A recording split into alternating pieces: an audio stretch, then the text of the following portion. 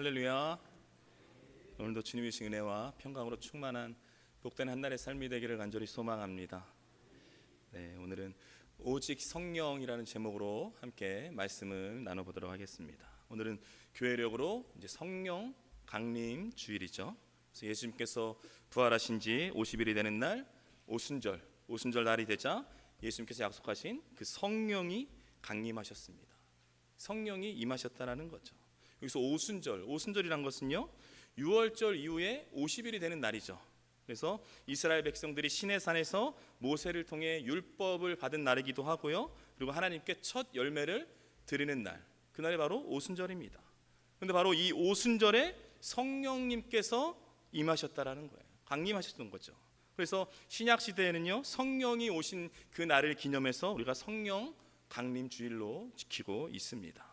바로 그는요 이 성령 강림 주일, 정말 그 초대교회 2000년 전 오순절 마가다락방에 임한 놀라운 성령의 역사를 우리 삶 가운데 체험하는 저와 여러분이 되기를 축복합니다. 우리가 신앙생활 하면서 하나님께 수많은 질문을 던지면서 우리는 하고 있죠. 많은 질문을 합니다. 특별히 하나님, 내가 기도하고 있는 제목이 있는데 기도하고 있는 이 문제가 도대체 언제 해결되는 겁니까? 하나님, 우리 가정과 우리 자녀들의 회복은 도대체 언제 이루어지는 겁니까? 우리는 늘 이 언제를 되게 중요하게 생각해요. 언제를 궁금해한다는 거죠. 그래서 우리는 늘 이 언제와 이 나의 문제 해결에 모든 초점을 맞추면서 우리가 신앙생활하고 있다는 거예요. 그런데 오늘 본문에 등장하는 제자들도 그냥 똑같았습니다. 그럼 여러분 당시에 제자들의 모습을 한번 상상해 보셔야 돼요. 이들 어떤 사람들이냐? 며칠 전까지만 해도요 예수님의 그 십자가 죽음 앞에서 모두 절망하고 두려워하고 도망쳤던 사람들, 그 사람들이 바로 제자들이었어요. 그런데 엄청난 반전이 일어납니다. 그게 뭐냐?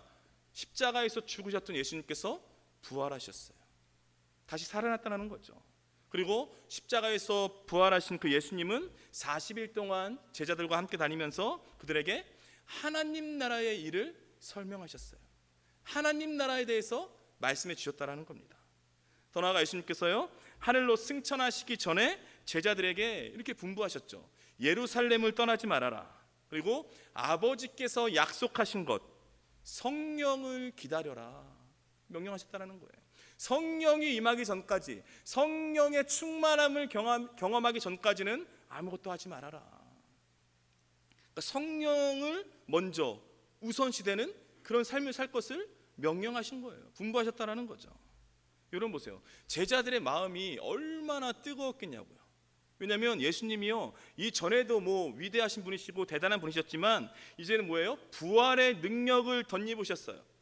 부활하신 예수님, 부활의 능력을 덧입으신 예수님은요, 그러니까 이제는요 정말 능치 못함이 없으신 분, 불가능이 없으신 그런 예수님이다. 이제 그렇게 생각했을 거라고요. 그래서 그런 부활하신 예수님을 보고 지금 제자들이 아주 간절한 기대를 담아서 이렇게 질문하고 있는 거예요. 오늘 보면 6절 말씀인데요, 6절 말씀 우리 한 목소리로 함께 읽겠습니다. 그들이 모였을 때 예수께 여쭈어 이르되 주께서 이스라엘 나라를 회복하심이 이때니까 하니. 아멘. 즉 지금 뭐냐면 부활하신 예수를 만나서 지금 기쁨과 감격에 차있던 제자들이 예수님께 던진 질문이 뭐냐? 그것은 바로 이스라엘 나라를 회복하심이 이때입니까? 이때입니까? 지금입니까? 그 질문을 하고 있는 거예요. 여러분 여기서 지금 우리는요 제자들의 지금 관심이 어디에 쏠려 있는지를 우리는 알 수 있습니다. 어디에 쏠려 있나요? 이때니까? 지금입니까? 여기에 쏠려 있다라는 거예요. 그러니까 모든 지금 시선이야, 모든 마음이 내가 원하는 시간, 내가 원하는 타이밍에 지금 가 있다라는 거예요. 결국 뭐냐? 제자들은요 부활하신 예수를 만났잖아요. 부활하신 예수를 보고도 여전히 내가 원하는 시간을 내려놓지 못합니다. 그리고 십자가의 죽음을 이기신 그 주님의 위대한 놀라운 능력을 체험하고서도, 목격하고서도 지금 겨우 내 눈앞의 이익과 지금 정치적인 해방만을 구하고 있다는 거예요. 그러니까 제자들의 모습이, 이 모습이요 얼마나 안타까운 일이냐고요. 이제 정말 주님을 다시금 부활하신 주님을 만났잖아요. 근데 뭔가 좀 변화될 줄 알았는데 변한 게 없다라는 거죠. 근데 여러분 보세요. 더욱 안타까운 건 뭐냐? 이 제자들과 우리들 또한 별반 다르지 않다라는 겁니다. 우리도 다를 게 없다라는 거예요. 여러분 보세요. 우리가 얼마나 주님에 대해서 멋있게 고백을 합니까? 그러잖아요. 주님은 살아 역사하십니다. 전능하신 주님, 위대하신 주님을 찬양합니다. 불가능이 없으시고 능치 못함이 없으신 주님, 그분이 우리 주님이십니다. 입술로는 정말 멋진 고백을 올려드리잖아요. 매일 이런 고백을 올려드린다고요. 그런데 보세요. 막상 우리가 드리는 기도는요, 과연 어디를 향하고 있는가? 그걸 생각해 보셔야 한다는 거죠. 똑같습니다. 제자들이 이때입니까? 이때니까 이 언제라는 것에 모든 초점이 가 있잖아요. 우리도 똑같다라는 거예요. 주님, 내 사랑하는 남편의 사업이 일어나는 게 바로 이때입니까? 바로 지금입니까? 내 자녀의 앞길이 열리는 것이 바로 이때입니까? 우리가 이런 기도 하시잖아요. 내가 지금 질병으로 너무나 힘든데 이 질병이 떠나가는 것이 바로 지금입니까? 이렇게 기도한다라는 거예요. 지금 뭐냐면 우리는요, 늘 하나님의 나라와 하나님의 뜻보다는 내가 원하는 방식, 내가 원하는 타이밍에 온 정신을 빼앗긴 채 하루하루 살고 있다는 겁니다. 많은 그리스도인들의 모습이 그렇다는 거예요. 그래서 지금 제자들의 이 질문에 예수님께서 아주 단호하게 말씀하고 계시는 거예요. 이어지는 보면 7절 말씀 우리 한 목소리로 함께 읽겠습니다. 이르시되 때와 시기는 아버지께서 자기의 권한에 두셨으니 너희가 알 바 아니요. 아멘. 오늘 본문에 때와 시기는 아버지께서 자기의 권한에 두셨다 이렇게 말씀하고 있어요. 여러분, 이 세상, 이 역사의 주인은요, 오직 우리 주 여호와 하나님 한 분뿐인 줄로 믿습니다. 그분이 주인이시죠. 이 세상 역사는요, 하나님께서 주관하시고 하나님께서 움직이며 가시는 거예요. 이게 세상의 역사입니다. 그렇다면 시간의 주인은 누굽니까? 여러분, 시간의 주인도 오직 하나님이세요. 하나님이 주인이세요. 결국 뭐냐? 때, 우리가 말하는 그 때, 시간, 때와 시간은요, 오직 창조주 하나님의 고유한 영역인 줄로 믿습니다. 하나님의 영역이에요. 근데 문제가 있죠. 문제가 뭐냐? 자꾸 하나님의 고유한 영역인 그 때와 시간에 관해서 우리 인간이 개입하고 간섭하려고 한다는 거예요. 이게 문제입니다. 여러분, 사람들은요, 미래에 대해서 굉장히 궁금해해요. 그렇잖아요. 여러분도 미래가 궁금하시죠? 미래를 굉장히 알려고 합니다. 나는 과연 언제 죽게 될 것인가? 나는 과연 10년 후에 나는 어떻게 되고 있을 것인가? 궁금하시죠? 종말 이야기하는데 세상의 종말은 과연 언제 올 것인가? 그러니까 주님이 다시 오실 때는 정확히 몇 월 며칠인가? 그리스도인들이 궁금해해요. 그러니까 이단도 생겨나는 거잖아요. 미래를 알고 싶어 합니다. 미래를 정확히 내가 두 눈으로 보길 원한다는 거예요. 근데 여러분, 이런 생각들은요, 다 부질없는 것들입니다. 부질없는 거예요. 여러분, 만약에 여러분들이 이 모든 것들, 여러분들의 미래를 다 알고 있다고 한다면 여러분 어떠시겠습니까? 어떻게 하시겠어요? 그것들을 여러분들이 조정하시겠습니까? 그것들을 여러분들이 바꾸시겠어요? 아니면 당장 있는 재산 다 팔고 직장 다 때려치우고 산에 올라가서 흰 옷 입고 말씀만 보고 기도만 하며 그렇게 살아가시겠습니까? 여러분, 내 미래를 알면 좋을 것 같잖아요. 그런데요, 결국 그렇지 않습니다. 미래를 아는 게 좋은 게 아니에요. 내 미래를 알잖아요. 그러면요, 정말 우리가 감당 못할 큰 고민만 생기게 되는 거예요. 그런 거라고요. 그러니까 예수님께서 지금 마지막에 그건 내 알 바가 아니다, 이렇게 지금 말씀하고 계시는 겁니다. 내 알 바 아니다. 사랑하는 여러분, 우리의 미래 그리고 타이밍은요, 절대 주권자이신 하나님의 영역에 속한 것인 줄로 믿습니다. 즉 뭐냐면 때와 시기는요, 하나님께서 주관하시고 하나님께서 조절하시고 하나님만 알고 계시는 거예요. 결국 우리가 지금 신앙생활하고 있잖아요. 신앙생활이란 무엇인가? 신앙생활은요, 내가 원하는 때, 내가 원하는 시간을 고집하는 게 아니라 하나님의 그 완전하신 시간, 하나님의 그 정확한 타이밍을 신뢰하면서 걸어가는 그 여정이 바로 신앙생활인 줄로 믿습니다. 그게 신앙생활인 거예요. 그리고 여러분 바라옵기는요, 내일 일을 너무 염려하지 마시고요. 주님께서 그러잖아요. 염려하지 마시라고. 그리고 내일 일을 너무 알려고 하지 마세요. 알려고 하지 마십시오. 그냥 우리의 미래를 주관하시는 그 하나님께 여러분 모든 걸 맡기십시오. 여러분 이게 신앙이잖아요. 여러분 우리가 미래를 알 수 없습니다. 내일 일을 알 수 없어요. 우리가 미래를 알 수 없고 내일 일을 알 수 없지만 그러나 우리의 미래를 주관하시는 분이 누구신지는 우리는 알고 있잖아요. 알고 있다고요. 그러기에 우리의 미래를 주관하시는 그 하나님을 전적으로 신뢰함으로 하나님 이 고난이 도대체 언제 끝나겠습니까? 이렇게 묻기보다요, 하나님 이 고난의 때 제가 배우고 순종해야 할 것은 무엇입니까? 여러분 이렇게 물어볼 수 있는 이런 사람이 되십시오. 이런 신앙이 되셔야 돼요. 지금 뭐냐면 여러분의 시선과 마음을요, 언제입니까? 이때니까 그 때와 시기에서 이제는요 내가 무엇을 해야겠습니까? 라는 사명으로 옮기셔야 돼요. 이런 신앙이 되셔야 됩니다.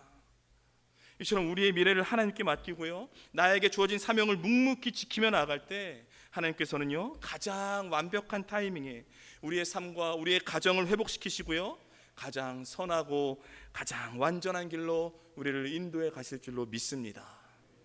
우리 때와 시기를 하나님께 맡기며 나아가는 저와 여러분이 되기를 축복합니다. 이처럼 제자들의 관심은요 언제입니까? 이때입니까? 앞으로 어떻게 되는 겁니까? 이런 때와 시기였어요. 온통 여기에만 모든 관심이 쏠려 있었다는 거죠. 그런데요 여러분 그리스도인들에게 중요한 것은요 때와 시기가 아닙니다.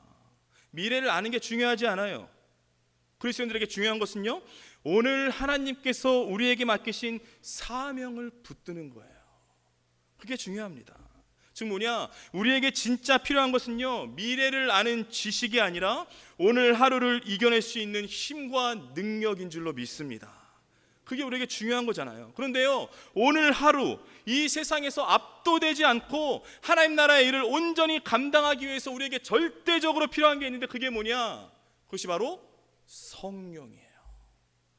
성령입니다.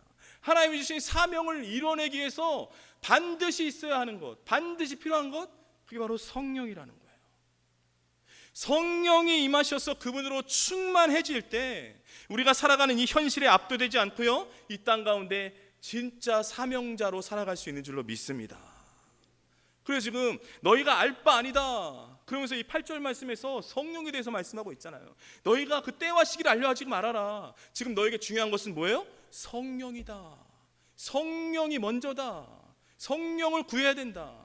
네 인생 가운데 성령이 중요한 거다. 때와 시기는 중요한 게 아니다. 그 말씀을 하고 있는 거예요. 그렇다면 성령이 임하시면 우리에게 도대체 어떤 일이 일어나게 되는 것인가? 그래서 왜 이렇게 성령을 강조하고 있는 것인가?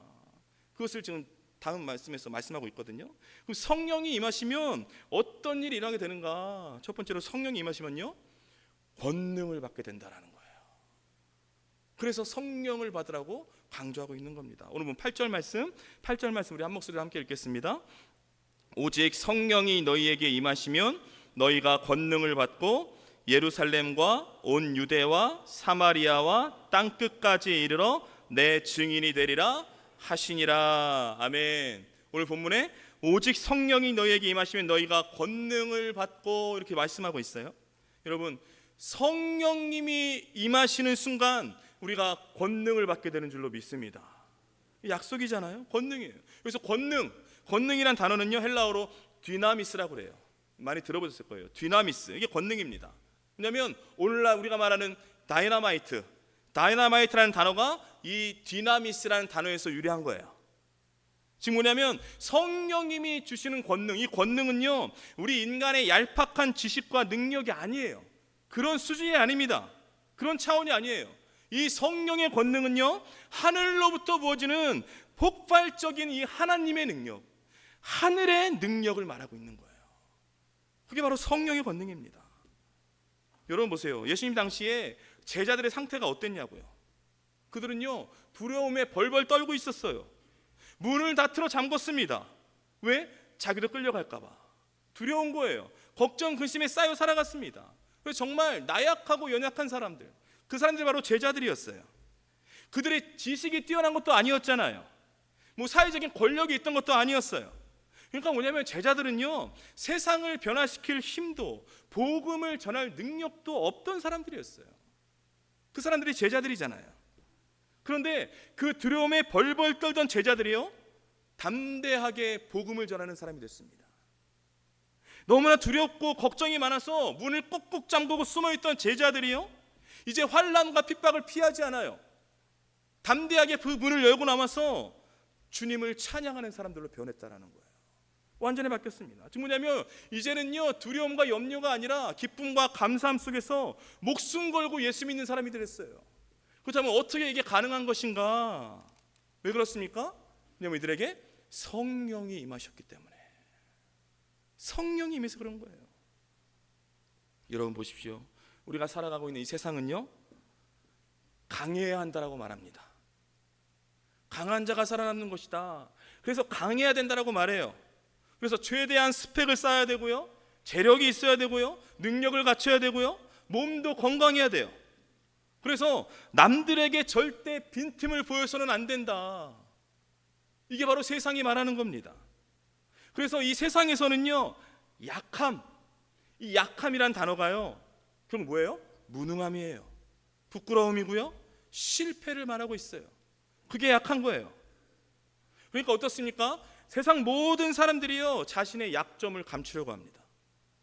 다 감춰요. 즉 뭐냐? 내가 아픈 것, 내가 부족한 것, 무능한 것, 실패한 과거를요, 남들에게 들키지 않으려고 자신을 포장해서 가면을 쓰고 살고 있다는 거예요. 세상 사람들이나 그리스도인들도 똑같아요. 그리스도인들도 가면 쓰고 살아가고 있습니다. 자신을 드러내고 싶지 않아요. 나의 약점을 들키고 싶지 않아 한다는 거예요. 그런데 여러분, 성령님은요, 사람의 조건이나 능력을 보지 않으십니다. 그런 걸 보지 않으세요. 겁이 많고 두려움이 많은 사람, 굉장히 연약한 사람, 약점이 많은 사람도 아무런 문제가 되지 않아요. 오히려 성경은 반대죠. 성경은요, 우리가 가장 나약할 때, 가장 연약할 때, 바로 그때 하나님의 권능이 가장 강하고 완벽하게 역사한다고 말씀하고 있습니다. 그렇잖아요. 말씀은 그렇게 이야기하고 있는데 우리는 그 말씀을 못 따라가고 있죠. 지금 뭐냐면 아무리 연약해도, 아무리 깨지기 쉬운 나약하고 연약한 그릇일지라도 그 안에 성령이 임하시면, 그에게 성령이 역사하시면 그 사람은요, 두려움의 사람이 아니라, 걱정과 염려하는 사람이 아니라 하나님께서 사용하시는 가장 강력한 도구가 되는 줄로 믿습니다. 조건은 하나예요. 뭐예요? 성령이에요. 성령이 임하면 그런 사람이 된다는 거죠. 사랑하는 여러분, 혹시 이 가운데 나는 가진 게 없다, 나는 배운 게 없어서, 나는 능력이 없어서, 내가 처한 상황과 환경이 너무 좋지 못해서 나는 아무것도 할 수 없다, 이렇게 낙심 가운데 빠져 있는 분이 계십니까? 그래서 여러분, 바라옵기는요, 이제 더 이상 낙심하지 마십시오. 낙심하지 마시고요, 성령의 충만함을 구하셔야 돼요. 성령을 구하셔야 됩니다. 여러분, 내 능력의 한계점, 내 능력이 끝나는 그곳에서 성령의 권능이 시작되는 줄로 믿습니다. 거기서 성령의 역사가 출발하는 거예요. 여러분 보세요. 그래서 우리가 기도가 바뀌어야 돼요. 여러분, 예수님 잘 보십시오. 예수님께서 제자들의 상황을 바꿔주셨나요? 제자들의 환경을 바꿔주셨습니까? 아니요, 그러지 않으셨어요. 로마의 압제는 여전했고요, 제자들을 향한 핍박과 위협도 그대로였어요. 아니요, 예수님이 십자가에 달려 죽으신 이후에 더 강해졌습니다. 핍박과 환난, 고난이 더 커졌다라는 거예요. 그런데도 불구하고 주님은요, 제자들의 상황을 바꿔주지 않으셨어요. 제자들의 환경을 바꿔주지 않았습니다. 어떻게 하셨습니까? 그 상황과 환경을 이기고 돌파할 수 있는 권능을 부어주셨다는 거예요. 이게 주님께서 역사하는 방법이에요. 그래서 많은 분들이 기도해요. 주님, 이 지긋지긋한 상황을 바꿔주십시오. 너무나 힘들고 어려운 환경을 좀 변화시켜 주십시오. 그렇게 기도하면 주님께서 그냥 들어주실까요? 아닙니다. 아니에요. 주님께서는 상황이 변하는 걸 바라지 않으세요. 환경이 변하는 걸 바라지 않으세요. 누가 변해야 돼요? 사람이 변해야 됩니다. 사람을 바꾸시는 거예요. 사람이 바뀌면 상황은 바뀌는 거예요. 사람이 변하면 환경은 변하는 줄로 믿습니다. 그래서 하나님께서 역사하신 것은 사람을 바꾸신다는 거죠. 여러분, 내 힘으로 도저히 안 되는 그런 상황과 환경들이 있어요. 그런데요, 그 상황과 환경이 바뀌기만을 기다리고 계시지 마세요. 바뀌기만을 기다리지 말고 늘 성령의 역사를 갈망하고 성령의 권능을 의지하면서 살아가십시오. 그래서 된다라는 거예요. 더 나아가 주님, 도저히 내 힘으로는 안 됩니다. 오직 성령의 권능을 부어주십시오. 여러분, 이렇게 간절히 기도하셔야 돼요. 성령을 구하는 기도를 간절히 하시는 분을 보지 못했어요. 여러분, 간절하셔야 됩니다. 성령이 임하지 않으면, 성령으로 충만하지 않잖아요. 힘이 없는 사람이에요. 힘없는 그리스도인이잖아요. 간절히 구하셔야 돼요. 정말로 간절히 구하셔야 됩니다. 그러면요, 우리가 가장 약할 때 바로 그때 가장 강하게 역사하시는 그 성령의 권능을 반드시 체험하게 될 줄로 믿습니다. 부디 성령의 권능으로 충만한 저와 여러분이 되길 축복합니다.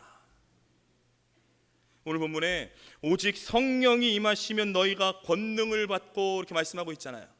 오직 성령이 임하시면, 여기에서 아주 중요한 단어가 하나 있는데 그게 뭡니까? 중요한 단어가 있어요. 뭐예요? 오직. 오직이란 단어가 너무 중요해요.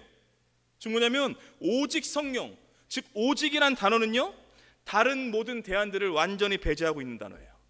그렇잖아요. 오직입니다. 오직 성령. 즉 뭐냐면 다른 대안들과의 타협을 완전히 거부하는 단어. 그게 바로 오직이에요. 그래서 우리 기독교는 뭐예요? 오직 예수, 오직 은혜, 오직 믿음. 오늘 본문에 그리고 오직 성령. 오직이에요. 딴 게 들어오면 안 된다는 거예요. 딴 건 안 돼요. 딴 거 타협할 수가 없어요. 오직 성령만 가능하다라는 거예요. 여러분 보세요. 우리가 인생의 위기가 많아요. 문제가 많고요. 근데 우리가 인생의 위기를 만날 때마다 우리가 인간이기 때문에 본능적으로 수많은 대안을 찾습니다. 이게 믿지 않는 사람들이 이야기하는 게 아니에요. 그리스도인들 똑같아요. 우린 먼저 대안을 찾아요. 이 문제를 어떻게든 빨리 해결하기 위해서 먼저 돈을 찾고요, 사람을 찾습니다. 내 지식과 경험을 찾고요, 내 주위에 있는 인맥을 총동원한다는 거예요. 우리가 문제가 생기면 그렇잖아요. 먼저 하나님 앞으로 뛰어오는 사람 그렇게 많지 않아요. 우리도 그렇습니다. 별반 다르지 않아요, 세상 사람들과. 그런데 뭐냐면 지금 주님께서요, 그 모든 대안들을 단칼에 좀 잘라버리시는 거예요. 이 말씀이 그 말씀입니다. 아니다, 네가 지금 찾고 구해야 할 것은 돈이 아니다, 사람이 아니다, 네 경험과 지식이 아니다. 네가 지금 찾아야 하는 것은 오직 성령이다. 그 말씀을 지금 하고 계시는 거예요. 여러분, 오늘날 이 시대의 교회, 이 시대의 그리스도인들이 왜 힘이 없습니까? 왜 이 시대 교회 가운데 능력이 없나요? 왜 없습니까? 그 이유는요, 바로 하나예요. 뭐예요? 오직 성령이 아니라 그냥 성령을 구하기 때문에. 그래서 힘이 없습니다. 능력이 없어요. 즉 뭐냐면 오직 성령이 아니라 다른 것에 더해서 성령도 구하기 때문에, 이렇게 신앙생활 하기 때문에 힘이 없고 능력이 없는 거예요.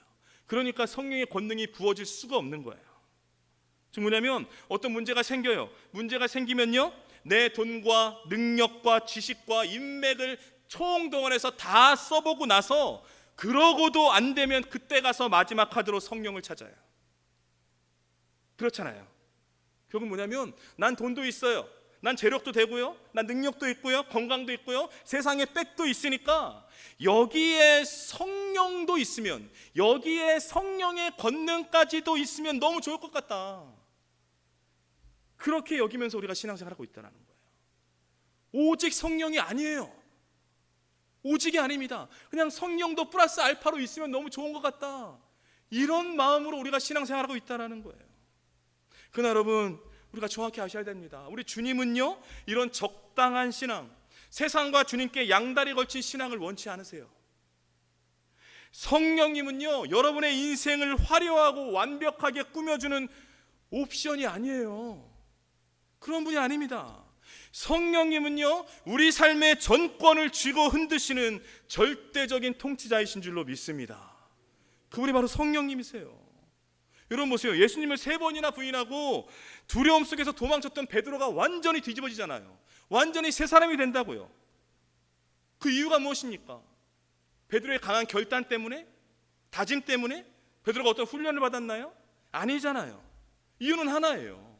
그것은 바로 오순절 마가다락방에 임한 오직 성령이었어요. 성령 때문에 바뀐 거잖아요. 스가랴 4장 6절 말씀 우리 한 목소리로 함께 읽겠습니다. 그가 내게 대답하여 이르되 여호와께서 스룹바벨에게 하신 말씀이 이러하니라. 만군의 여호와께서 말씀하시되 이는 힘으로 되지 아니하며 능력으로 되지 아니하고 오직 나의 영으로 되느니라. 아멘. 이는 힘으로 되지 아니하며 능력으로 되지 아니하고 오직 나의 영으로 되느니라. 여러분, 많은 그리스도인들이요 신앙생활하면서 답답해하는 것들이 많이 있어요. 답답해하는 게 많이 있잖아요. 나는 말씀대로 살고 싶은데 왜 그렇게 안 되는 걸까? 노력은 합니다. 말씀대로 살려고 발버둥 쉬운데 그렇게 안 되는 거예요. 사랑해야 하는 줄 알아요. 용서해야 하는 줄 알아요. 내가 너무나 잘 알고 있는데 왜 내 안에서는 계속 미워하는 마음이 들끓는 것일까? 사랑하려고 애쓰고 노력한다니까요. 근데 계속 미워하는 마음이 올라오는 거예요. 아니, 죄를 짓지 않겠다고 매 순간순간 그렇게 다짐하고 결단하는데 나는 왜 그렇게 계속 무너질까? 그러니까 이런 게 답답한 거예요. 신앙생활하면서 노력을 안 하는 게 아닙니다. 내 힘과 의지로서 한번 제대로 살아보려고, 그리스도인답게 살아보려고 정말 노력을 하는데 매번 한계에 부딪히고 절망하는 거예요. 많은 그리스도인들이 경험하잖아요. 그렇다면 왜 그런 건가? 왜 그런 것일까? 이유가 있죠. 왜냐하면요, 기독교는요 내 노력이나 내 수고나 내 고행을 통해서 나를 갈고 닦는 종교가 아니기 때문이에요. 기독교는 그런 종교가 아니에요. 기독교는 불교가 아니잖아요. 즉 뭐냐면 인간의 힘과 능력으로는요 죄를 이길 수 없습니다. 내가 이기려고 발버둥 치니까 못 이기는 거예요. 이길 수 없어요. 인간의 능력으로는요 영혼을 살릴 수 없습니다. 인간의 힘으로는요 결코 하나님의 뜻을 이루며 살아갈 수가 없는 거예요. 그럼 뭐냐? 오직 나의 영, 오직 성령만이 죄의 사슬을 끊어버리고 죽은 영혼을 살리며 우리의 무력함을 폭발적인 능력으로 바꾸실 수 있는 유일한 분이신 줄로 믿습니다. 성령을 구해야 되는 거예요. 성령의 역사를 구해야 되는 겁니다. 근데 계속 우리의 힘과 능력으로 어떻게든 이겨내보려고 하니까 계속 지는 거예요. 계속 패배하는 거예요. 그리고 바라옵기는요 내 힘과 내 능력을 가장 앞세웠던 여러분 지난날의 삶을 이제 끊어버리셔야 돼요. 끊어버려야 됩니다. 이제는요 내 지혜, 내 경험, 내 건강, 내 재력, 내 통장 잔고를 의지하지 마세요. 그런 거 의지하지 마시고요 오직 성령 그 한 분만을 의지하며 살아가십시오. 여러분, 세상도 의지하고 성령도 의지하는 이런 반쪽짜리 신앙에는요 절대로 하나님의 역사가 나타날 수 없어요. 절대 나타나지 않을 겁니다. 그러기에 여러분, 세상에 여러 가지 많은 대안이 아닌 오직 성령만 붙들고 의지하는 그런 순도 100%의 신앙인이 되십시오.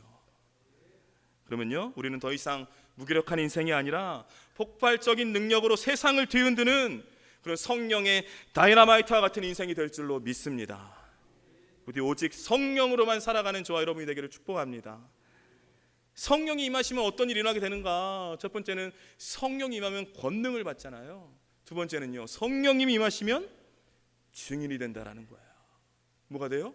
증인이 되는 겁니다. 오늘 보면 8절 말씀 다시 한번 한 목소리로 함께 읽겠습니다.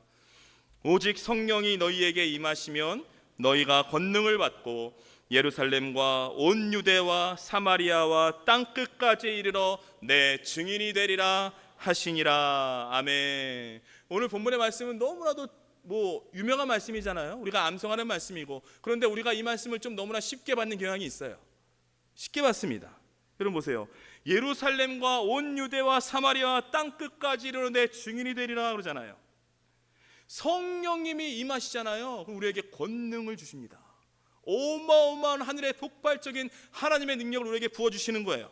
그런데 성령님께서 우리에게 그렇게 권능을 부어주시는 이유가 있어요. 목적이 있습니다. 그냥 주시는 게 아니에요. 이유와 목적이 있습니다. 그게 뭐냐?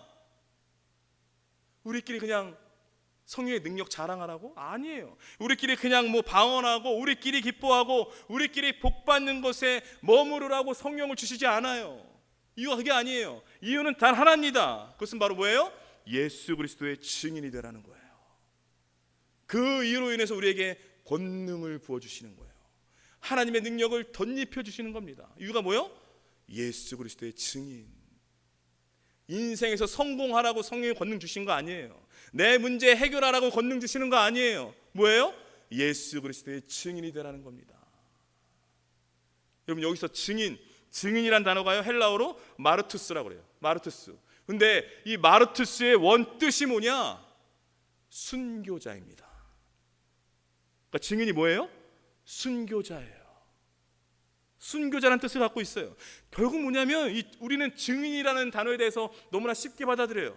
근데 증인이 뭐냐? 증인은요, 그냥 적당히 취미 생활하듯이 신앙생활 하는 사람들이 아니에요. 그런 사람들은 증인이 될 수가 없어요. 증인은 뭐냐? 내 목숨 걸고 내 삶의 전부를 걸고 예수를 증언하는 사람, 그 사람이 바로 증인인 줄로 믿습니다. 여러분 보세요. 기독교가 우리가 힘이 없다라고 말하잖아요. 능력이 없다라고 말하잖아요. 왜 그런가? 왜냐하면 예수를 아는 사람은 많아요. 예수를 아는 교인은 너무나 많은데 목숨 걸고 예수를 증언하는 증인이 없기 때문입니다. 증인이 없어요. 이 시대 교회 가운데 증인이 없다는 거예요.